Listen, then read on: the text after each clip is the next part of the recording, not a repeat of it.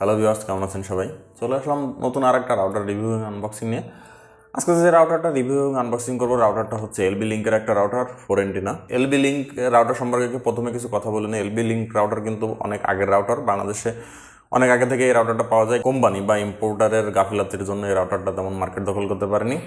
তারপরে ওই রাউটারটা নতুন করে অনেক অনলাইন শপে আপনারা দেখতে পাচ্ছেন, যার জন্য অনেকের মনে কৌতূহল যে আসলে রাউটারটা কেমন, সব বিষয় নিয়ে আলোচনা থাকবে এই ভিডিওতে। ভিডিও শুরু করার আগে একটা কথা বলেন, আপনি যদি আমার চ্যানেল নতুন দর্শক হয়ে থাকেন তাহলে অবশ্যই চ্যানেল সাবস্ক্রাইব করে রাখুন, আর যদি অলরেডি করে থাকেন তাহলে অসংখ্য ধন্যবাদ। রাউটারটি হচ্ছে এলবি লিঙ্কের 4 এন্টিনা একটা রাউটার। রাউটারটা মডেল নাম WR450H। এই রাউটারটা আজকে আনবক্সিং করব এবং রাউটারটার ফিচার্স এবং রাউটারটার পারফরমেন্স কেমন সব বিষয়ে বিস্তারিত আলোচনা থাকবে এই ভিডিওতে। তো চলুন কথা না বলে রাউটারটা আনবক্সিং করি। ভিউয়ার্স, রাউটারটা দেখতে পাচ্ছেন, এই রাউটারটা আনবক্সিং করব।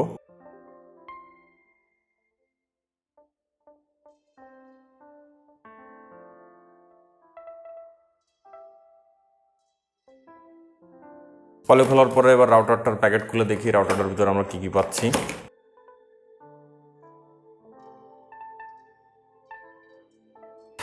প্যাকেটের ভিতরে আর কিছু নেই, প্যাকেট খালি। এখানে আছে ছোটোখাটো একটা ইউজার ম্যানুয়াল, দেখলে বুঝতে পারবেন। কনফিগারেশন ম্যানুয়াল আছে এখানে। এই হচ্ছে এলবি লিঙ্কের রাউটার 4 এন্টিনা, কিছুটা টেন্ডা কোয়ালিটির রাউটার, কিন্তু টেন্ডা আসলে এন্টিনাগুলো এক সাইডে থাকে, এটার 4 এন্টিনা চার জায়গায়। রাউটারটা এক পাশে রাখলাম। এবার এখানে আছে RJ45-এর একটা ইথারনেট কেবল, মোটামুটি মানের কেবল, ভালো বলা যায় না। বাজারের এই কেবলগুলো 25-30 টাকায় কিনতে পাওয়া যায়, খুব একটা ভালো না। এই কেবল দিয়ে আপনি ইন্টারনেট পারফরমেন্স খুব একটা ভালো পাবেন না। এলবি লিঙ্কের রাউটার যদি কেনেন তাহলে এই কেবলটা চেঞ্জ করে ক্যাট 6 বা ক্যাট 5 RJ45-এর একটা কানেক্টর লাগিয়ে নিজে তৈরি করে নেবেন, বা যে কোনো দোকান থেকে বললে তৈরি করে দেবে। এরপরে আছে একটা পাওয়ার অ্যাডাপ্টার, এই হচ্ছে পাওয়ার অ্যাডাপ্টার। তো এই আছে রাউটারের প্যাকেটের ভিতরে। রাউটারটা আনবক্সিং করার পরে দেখতে পাচ্ছেন রাউটারটা মোটামুটি মিডিয়াম সাইজের একটা রাউটার। আপনি এন্টিনাগুলো যেদিকে ইচ্ছা সেদিকে রাখতে পারবেন। উপরে এলবি লিঙ্কের বড় একটা লোগো দেওয়া আছে।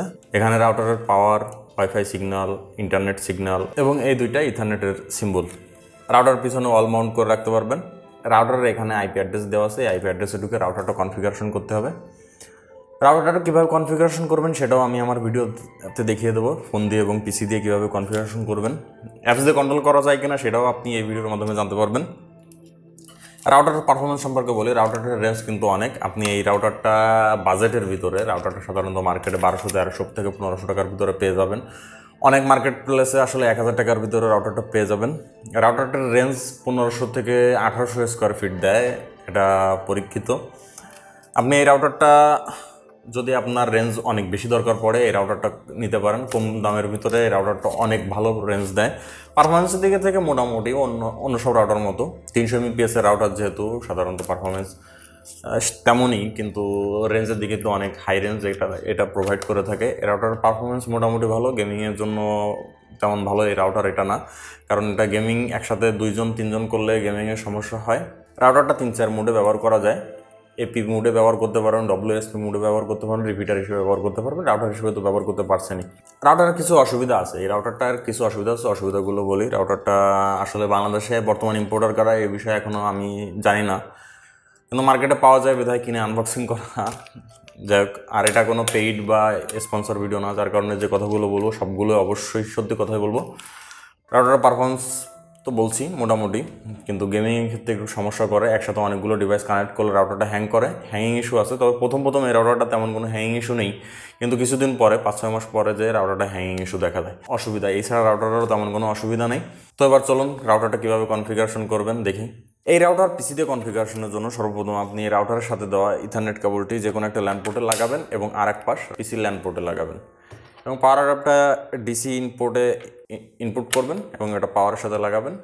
তারপর আপনার আইএসপি থেকে যে কেবলটা আসছে সেই কেবলটা এখানে লাগাবেন। রাউটারটি অ্যাপস দিয়ে কন্ট্রোল করা যায়। কিউআর কোডের স্ক্যানারে চলে গেলাম, যে আপনার রাউটার প্যাকেটে দেওয়া বারকোডটা স্ক্যান করবো। এখানে স্ক্যান করার বারকোড স্ক্যান করার পরে এরকম একটা লিঙ্ক আসবে, লিঙ্কে ক্লিক করবেন।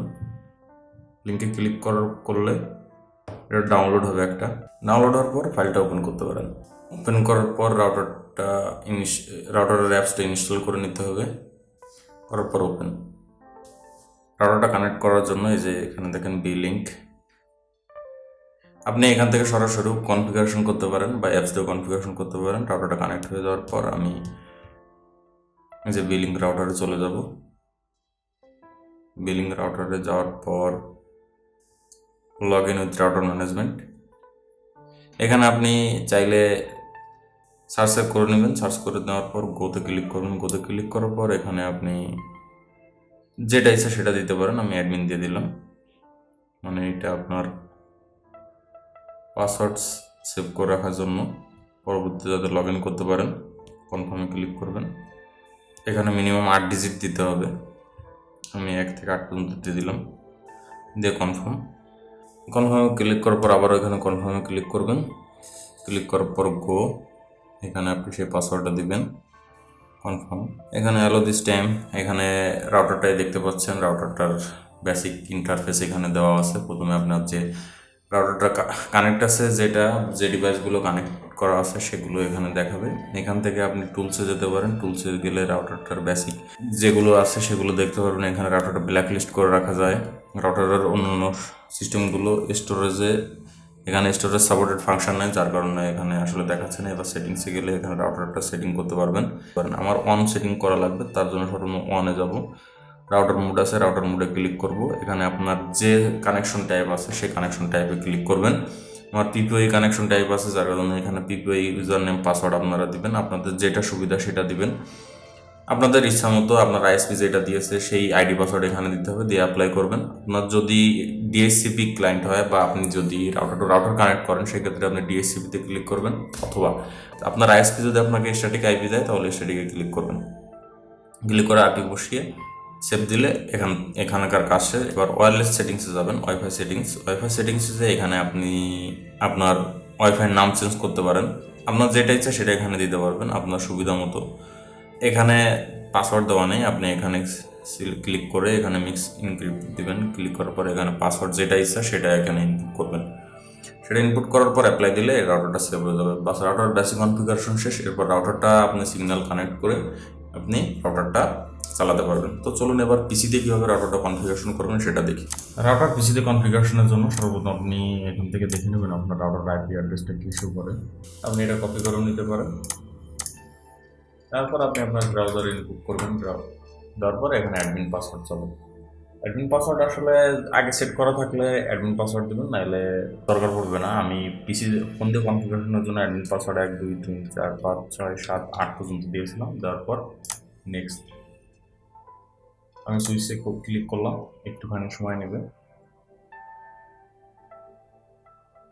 সময় নেওয়ার পর এখানে দেখাচ্ছে যে আসলে এখানে WS মানে আমি ব্যাকে চলে যাবো। আবার আমি রাউটার মোডে কনফিগারেশন করবো। যখন রাউটারে ক্লিক করবো, রাউটারটা এখানে 3টা অপশন দেখাচ্ছে, পিপিওই, ডিএসসিপি, স্ট্যাটিক। আপনি যেটা খুশি, আপনার আইএসপি যদি আপনাকে পিপিওই দেয় তাহলে পিপিওই দিয়ে কনফিগারেশন করবেন। যদি ডিএসসিপি দেয় ডিএসসিপি, স্ট্যাটিক দিলে স্ট্যাটিক। পিপিওই দিয়ে কনফিগারেশনের জন্য এখান থেকে আপনার যে আইডি পাসওয়ার্ড দেবে সেটা এখানে দিবেন। আমি এটা দিয়ে দিলাম। তারপর নেক্সটে ক্লিক করার পর এখানে আপনার রাউটারের নাম চাবে। রাউটারের যে নামটা আপনি দিতে চাচ্ছেন সেই নামটা এখানে দিবেন। আপনি চাইলে যে কোনো একটা দিতে পারেন আপনার পছন্দ মতো। এখানে পাসওয়ার্ড দেবেন 8 ক্যারেক্টার। অবশ্যই 8 ক্যারেক্টার যেটাই দেন না কেন অবশ্যই মনে রাখার চেষ্টা করবেন এবং শক্তিশালী করার চেষ্টা করবেন। 8-এর বেশি শক্তিশালী দিতে পারেন, তাতে কোনো সমস্যা নেই। এখানে আপনার ইচ্ছা মতো আমি 1টা 1, 2টা 2, 3টা 3, 4টা 4 দিয়ে অ্যাপ্লাই দিলাম। অ্যাপ্লাই দিলে সেভ সাকসেস, বাস কাজ শেষ। রাউটারের রিবুট নেবেন, আমার রাউটার কনফিগারেশন শেষ। এটা গেল বেসিক। অ্যাডভান্স লেভেলের রাউটার। এই রাউটারটা অনেক ফিচার্স আছে যেগুলো আসলে অনেক রাউটারে পাওয়া যায় না এবং রেঞ্জের দিকে তো অনেক ভালো। যেমন আপনি এটাতে প্যারেন্টাল কন্ট্রোল করতে পারবেন, তারপর এটা দিয়ে ম্যাক ফিল্টারিং করতে পারবেন, এটা দিয়ে ব্যান্ডউইথ ম্যানেজমেন্ট করতে পারবেন, এফি মোডে ব্যবহার করতে পারেন, WSP মোডে ব্যবহার করতে পারবেন। আসলে রাউটারটা অনেক ফিচার্স আছে, সবগুলোই এখান থেকে কন্ট্রোল করা যায়। তো চাইনিজ রাউটার একটু অ্যাডভান্স ফিচার্স না দিলে আসলে মার্কেট ধরাও কঠিন। রাউটারটা রিবুট হয়ে গেলে আবারও আপনার প্রথম পেজের মতো নিয়ে যাবে। এখানে আপনি আবার আইপি অ্যাড্রেস দিয়ে আবার দেখতে পারবেন। আমি এখানে পাসওয়ার্ড দিয়েছিলাম 3 4 5 6 7 8।